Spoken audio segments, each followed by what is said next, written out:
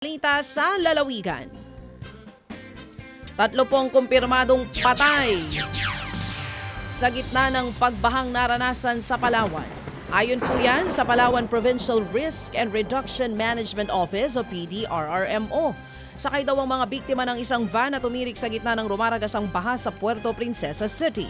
Kabilang sa mga nasawi ang 2 menor de edad na pawang mga anak ng van driver.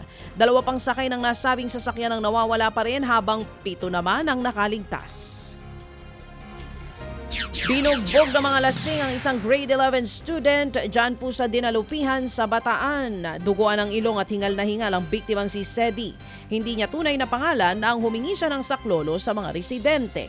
Patuloy namang pinagsusuntok at pinagtatadyakan ng mga suspect kahit inaawat na ng mga residente. Tumigil lamang daw ang dalawa ng puwersahan ng ilayo ng mga residente ang biktima. Dinala sa ospital ang biktima na nagtano naman o nagtamo ng mga pasa at sugat sa katawan. Ang kwento ni Sedi, pauwi na siya matapos bumili ng pagkain nang harangin ng 2 lalaki. Pilit daw inago ng mga ito ang susi ng kanyang motor at nagalit nang hindi niya ibigay.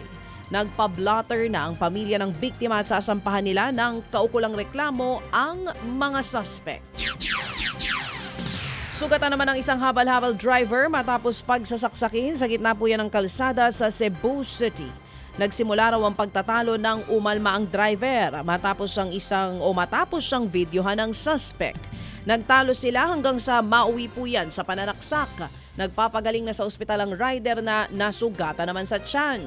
Pinaghahanap naman ng mga pulis ang suspect na mabilis tumakas. Sinira po ng mga otoridad ang 11,000 fully grown marijuana plant sa Malunggon, Sarangani. Nagkakahalaga ng higit 2 million pesos ang winasak na mga halaman. Sinusuri na ng PIDEA Region 12 ang sample ng mga nasabat na halaman. Patuloy din ang investigasyon para mahuli kung sino ang nagtanim ng ipinagbabawal na halaman.